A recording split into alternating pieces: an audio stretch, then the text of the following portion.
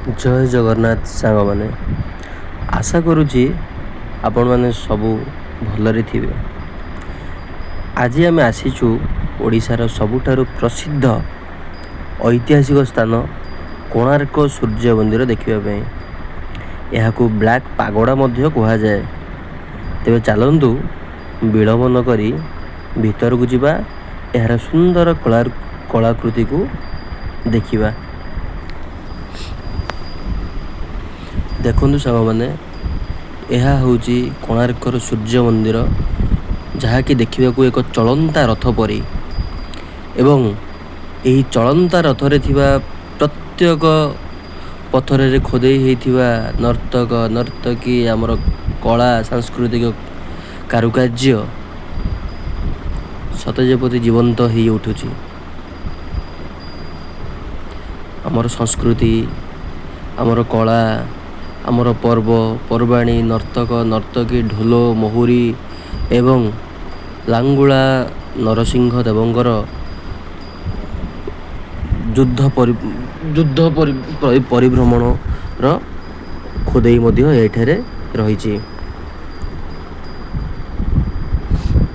ଏହା ହେଉଛି କୋଣାର୍କର ସୂର୍ଯ୍ୟ ମନ୍ଦିର,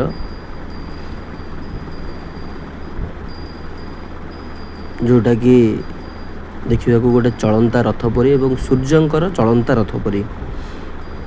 କିନ୍ତୁ ବର୍ତ୍ତମାନ ବହୁତ ପୁରୁଣା ହୋଇଯାଇଛି। ଐତିହାସିକ ସ୍ଥାନ, ଏଇଠାରେ ବହୁତ କିଛି ଭଗ୍ନାଂଶରେ ବି ମଧ୍ୟ ପରିଣତ ହୋଇଗଲାଣି,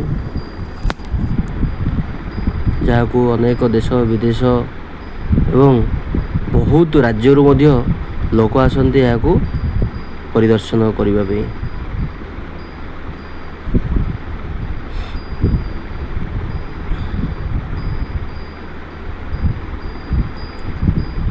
ସେହି ମୁହୂର୍ତ୍ତରେ ଆମେମାନେ ମଧ୍ୟ କିଛି ଫଟୋ ଉତ୍ତୋଳନ କରିଥିଲୁ କୋଣାର୍କ ମନ୍ଦିରର ସମ୍ମୁଖରେ।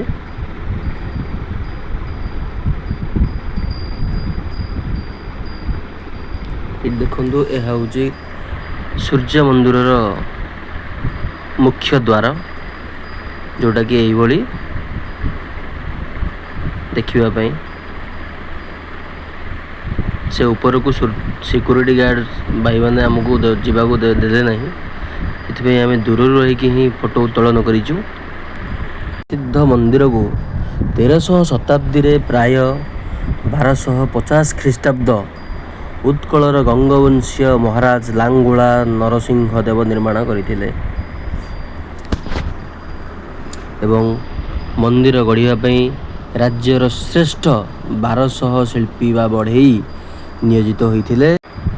ମନ୍ଦିର ଗଢ଼ିବା ପାଇଁ ରାଜ୍ୟର ଶ୍ରେଷ୍ଠ 1200 ଶିଳ୍ପୀ ନିୟୋଜିତ ହୋଇଥିଲେ ଏବଂ 12 ବର୍ଷ ସମୟ ଲାଗିଥିଲା ଏହାକୁ ତିଆରି କରିବା ପାଇଁ। ଏହାର ମୁଖ୍ୟ ବଢ଼େଇ ବା ମୁଖ୍ୟ ସ୍ଥପତି ହେଉଛନ୍ତି ବିଶୁ ମହାରଣା। 12 ବର୍ଷ ଧରି 1200 କାରିଗର ଦିନ ରାତି ପରିଶ୍ରମ କରି ମନ୍ଦିର ତୋଳିଲେ, ହେଲେ ଶେଷ ସମୟରେ ମନ୍ଦିରର ଦଧିନଉତି ବା ମୁଣ୍ଡି ମାରିପାରିଲେ ନାହିଁ। ସେତେବେଳେ ରାଜା କ୍ରୋଧିତ ହୋଇ ନିର୍ଦ୍ଦେଶ ଦେଲେ ଯେ ଯଦି ଆସନ୍ତାକାଲି ସକାଳ ସୂର୍ଯ୍ୟୋଦୟ ସୁଦ୍ଧା ମୁଣ୍ଡି ମରା ନଯାଏ, ତେବେ 1200 କାରିଗରଙ୍କ ମୁଣ୍ଡ କାଟ ହେବ। ସମସ୍ତ ଶିଳ୍ପୀ ଭୟ ଓ ଚିନ୍ତାରେ ବୁଡ଼ି ରହିଲେ। ଠିକ୍ ସେହି ସମୟରେ ମୁଖ୍ୟ ଶିଳ୍ପୀ ବିଶୁ ମହାରଣାଙ୍କ 12 ବର୍ଷର ପୁଅ ଧର୍ମପଦ ନିଜ ବାପାଙ୍କୁ ଦେଖିବାକୁ ସେଠାରେ ପହଞ୍ଚିଲା। ସେ ନିଜ ଜନ୍ମ ପରଠାରୁ ବାପାଙ୍କୁ ଦେଖିନଥିଲା। ସେଠାରେ କାରିଗରଙ୍କ ମଧ୍ୟରେ ଚାଲିଥିବା ହାହାକାରକୁ ଦେଖି ଧର୍ମପଦ ନିଜର ବିଚକ୍ଷଣ ଶିଳ୍ପକଳା ଜ୍ଞାନ ବଳରେ ମନ୍ଦିରର ଚୂଡ଼ା ଉପରକୁ ଚଢ଼ି ସେହି ଅସମ୍ଭବ କାର୍ଯ୍ୟକୁ ସମ୍ଭବ କଲା ଏବଂ ସଫଳତାର ସହ ମନ୍ଦିରର ମୁଣ୍ଡି ମାରିଦେଲା। ମୁଣ୍ଡି ତ ମରା ହେଲା, କିନ୍ତୁ କାରିଗରମାନଙ୍କ ମନରେ ଆଉ ଏକ ଭୟ ପଶିଲା। ରାଜା ଯଦି ଜାଣିବେ ଯେଉଁ କାମ 1200 ଅଭିଜ୍ଞ କାରିଗର କରିପାରିଲେ ନାହିଁ, ତାହା ଏକ 12 ବର୍ଷର ପିଲା କରିଦେଲା, ତେବେ ରାଜା ଭାବିବେ କାରିଗରମାନେ ଅଯୋଗ୍ୟ ଏବଂ ସେମାନଙ୍କୁ ଦଣ୍ଡ ମିଳିବ। 1200 ବଢ଼େଇର ଦାୟ ନା ପୁଅର ଦାୟ? ମହାବଳିଦାନ 1200 କାରିଗରଙ୍କ ଜୀବନ ଓ କୁଳ ରକ୍ଷା କରିବା ପାଇଁ ସେହି ବୀର ବାଳକ ଧର୍ମପଦ କୋଣାର୍କ ମନ୍ଦିରର ଚୂଡ଼ାରୁ ପାଖରେ ବହି ଯାଉଥିବା ଚନ୍ଦ୍ରଭାଗା ନଦୀ ସମୁଦ୍ର ଗର୍ଭକୁ ଡେଇଁ ନିଜ ଜୀବନ ଆହୁତି ଦେଲା। ସେ ନିଜ ନାମ ଚାହୁଁନଥିଲା, କେବଳ ସମସ୍ତଙ୍କର ଜୀବନ ବଞ୍ଚାଇବାକୁ ଚାହୁଁଥିଲା।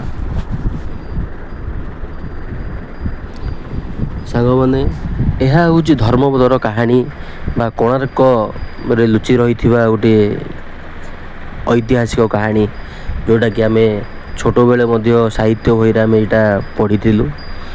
ଆପଣ ମନ୍ଦିରର ଗୁମ୍ଫା ବା କାନ୍ଥର କଳାକୃତି ଦେଖାଇବା ସମୟରେ ଏହିପରି କହିପାରିବେ, ସାଙ୍ଗମାନେ, ଏହି ପଥର ଗୁଡ଼ିକ କେବଳ ପଥର ନୁହନ୍ତି, ଏହା ପଛରେ ଲୁଚି ରହିଛି ଓଡ଼ିଆ ପୁଅର ବୀରତ୍ୱ ଏବଂ ବଳିଦାନର କାହାଣୀ। ଏହି ସେହି କୋଣାର୍କ ଯାହାର ମାନ ରଖିବାକୁ ଯାଇ 12 ବର୍ଷର ଶିଳ୍ପୀ ଧର୍ମପଦ ନିଜ ଜୀବନକୁ ହସି ହସି ଉତ୍ସର୍ଗ କରିଦେଇଥିଲା। ସେଥିପାଇଁ କୁହାଯାଏ, ଭାଙ୍ଗି ଯିବ ପଛେ ଓଡ଼ିଆର ନଇଁବ ଶିର। ସତରେ ସାଙ୍ଗମାନେ, ଆପଣମାନେ ଯଦି କୋଣାର୍କ ନ ଆସିବେ, ତାହେଲେ କୋଣାର୍କରେ ଥିବା ସୌନ୍ଦର୍ଯ୍ୟକୁ ଆପଣ ଉପଭୋଗ କରିପାରିବେ ନାହିଁ। ତେଣୁକରି ଦୟାକରି କୋଣାର୍କ ଆସନ୍ତୁ ଆଉ କୋଣାର୍କର ସୌନ୍ଦର୍ଯ୍ୟକୁ ଉପଭୋଗ କରନ୍ତୁ। ଏହିପରି ଆମେ ଏବେ ଏଇ ଗଳ୍ପର ତାଳେ ତାଳେ ଆମେ ଏବେ ଆସିଥିଲୁ ଛାୟା ଦେବୀଙ୍କ ମନ୍ଦିର ପାଖରେ। ଏବେ ଆମେ ଛାୟା ଦେବୀଙ୍କ ମନ୍ଦିରରେ ପହଞ୍ଚି ଛାୟା ଦେବୀଙ୍କୁ ଦର୍ଶନ କରିଲୁ। ପୁଣି ଆମେ କୋଣାର୍କର ସେଇ କାରୁକାର୍ଯ୍ୟ ବିଷୟରେ ଟିକେ ବର୍ଣ୍ଣନା କରିବା। ତ ଆମେ ଛାୟା ମନ୍ଦିରକୁ ଦର୍ଶନ କରିସାରି ଆମେ ଏବେ ଚାଲିଲୁ ପୁଣି ସେଇ କୋଣାର୍କର ସେଇ କାରୁକାର୍ଯ୍ୟ ବିଷୟରେ କିଛି ବର୍ଣ୍ଣନା କରିବା। ଏହି ପୁରା ମନ୍ଦିର ଯେଉଁ ସୂର୍ଯ୍ୟଦେବଙ୍କର ମନ୍ଦିର ପଥରର ରଥ ଆକାରରେ ତିଆରି କରାଯାଇଛି, ଯାହାର କି 24ଟି ଚକ ଏବଂ 7ଟି ଶକ୍ତିଶାଳୀ ଘୋଡ଼ା ଟାଣୁଥିବାର ଦେଖାଯାଇଥାଏ। ଏବଂ ଏଇ ଯେଉଁ ସେତେବେଳେ କାରୁକାର୍ଯ୍ୟ ହୋଇଥିଲା, ଏଥିରେ କୌଣସି ସିମେଣ୍ଟ, ଗୁଡ଼ି, ବାଲି ଏସବୁର ପ୍ରୟୋଗ ହୋଇନଥିଲା, ଯେଉଁଟାକି ଆମେ ସେଥିରେ ବ୍ୟବହାର ହେଇଥିଲା ଖଣ୍ଡୋଲାଇଟ୍, କ୍ଲୋରାଇଟ୍, ଲାଟେରାଇଟ୍ ଭଳି ଦ୍ରବ୍ୟ ଏସବୁ ତିଆରିରେ ଲାଗିଥିଲା। ଏବଂ ଏଥିରେ ବଡ଼ ସେତେବେଳେ ପଥରକୁ ଯୋଡ଼ିବା ପାଇଁ ଆଜିକାଲି ଭଳି ସିମେଣ୍ଟ ନଥିଲା। କାରିଗରମାନେ ପଥର ଭିତରେ ଗ୍ରୋଭ୍ସ କରି ଲୁହାର କ୍ଲିପ୍ ବା ଲୁହା ବିମ୍ ସାହାଯ୍ୟରେ ପଥରକୁ ପରସ୍ପର ସହ ଯୋଡ଼ିଥିଲେ। ସବୁଠାରୁ ଆଶ୍ଚର୍ଯ୍ୟର କଥା ହେଉଛି, ମନ୍ଦିରର ଚୂଡ଼ାରେ ଏକ 52 ଟନ୍ର ବିଶାଳ ଚୁମ୍ବକ ରଖାଯାଇଥିଲା। ଏହି ଚୁମ୍ବକୀୟ ଶକ୍ତି ଲୁହାର ସନ୍ତୁଳନ ଯୋଗୁଁ ମନ୍ଦିରର ମୁଖ୍ୟ ସୂର୍ଯ୍ୟ ମୂର୍ତ୍ତି ଶୂନ୍ୟରେ ଭାସୁଥିବା ଭଳି ରହୁଥିଲା। ସୂର୍ଯ୍ୟ ଘଡ଼ି, ଏଠାରେ ମଧ୍ୟ ସୂର୍ଯ୍ୟ ଘଡ଼ି ମଧ୍ୟ ଥିଲା। ମନ୍ଦିରରେ ଥିବା ଚକ ଗୁଡ଼ିକ କେବଳ ସୌନ୍ଦର୍ଯ୍ୟ ପାଇଁ ନୁହେଁ, ଏହାକୁ ସୂର୍ଯ୍ୟ ଘଡ଼ି ମଧ୍ୟ କୁହାଯାଏ। ଯେଉଁଥିରେ କି ଏବେ ବି ମଧ୍ୟ କିଛି ଜଣ ଆମେ ମଧ୍ୟ ଦେଖିଲେ ମଧ୍ୟ ଜାଣିପାରିବା ବର୍ତ୍ତମାନର ସମୟ କେତେ। ସେହି ସୂର୍ଯ୍ୟ ଘଡ଼ି ବା ଚକ ଗୁଡ଼ିକୁ ନିରୂପଣ କରି ଆମେ ମଧ୍ୟ ସମୟ ମଧ୍ୟ ଆମେ ଜାଣିପାରିବା। ଚକ ମଝିରେ ଥିବା ଦଣ୍ଡର ଛାଇ କେଉଁର ଉପରେ ପଡ଼ୁଛି ତାହା ଦେଖି ସେତେବେଳେ ଲୋକେ ଦିନର ସଠିକ୍ ପ୍ରହର ମିନିଟ୍ କରିଯାଉଥିଲେ। ତ ଏହିପରି ଭାବରେ ଆମେ ଆଜି କୋଣାର୍କର ବର୍ଣ୍ଣନା କରୁଛୁ ଏବଂ କିଛି ମଧ୍ୟ ଫଟୋ ଉତ୍ତୋଳନ କରିସାରିବା ପରେ ସାଙ୍ଗମାନେ, ଆଜିଠୁ ପ୍ରାୟ 750 ବର୍ଷ ପୂର୍ବେ ବିନା କୌଣସି ଆଧୁନିକ ମେସିନରେ କେବଳ ହାତୁଡ଼ି ଏବଂ ନିହଣ ସାହାଯ୍ୟରେ ଓଡ଼ିଆ କାରିଗରମାନେ ଏହି ବିଶ୍ୱର ଆଶ୍ଚର୍ଯ୍ୟ ଗଢ଼ିଥିଲେ। ପଥରରେ କରାଯାଇଥିବା ଏହି ନିଖୁଣ କାରୁକାର୍ଯ୍ୟ ଦେଖିଲେ ଆଖି ଖୁସି ହେଇଯିବ।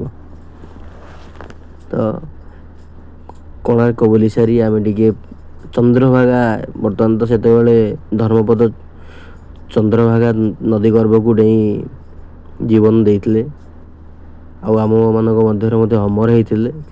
ବର୍ତ୍ତମାନର ଚନ୍ଦ୍ରଭାଗା ପାଖରେ ନାହିଁ, 4 କିଲୋମିଟର ଦୂରରେ ଅଛି। ତ ଆମେ ଟିକେ ସମସ୍ତେ ଆସି ସେହି ଚନ୍ଦ୍ରଭାଗା ନଦୀ କୂଳରେ କିଛି ସମୟ ଅତିବାହିତ କରିଥିଲୁ।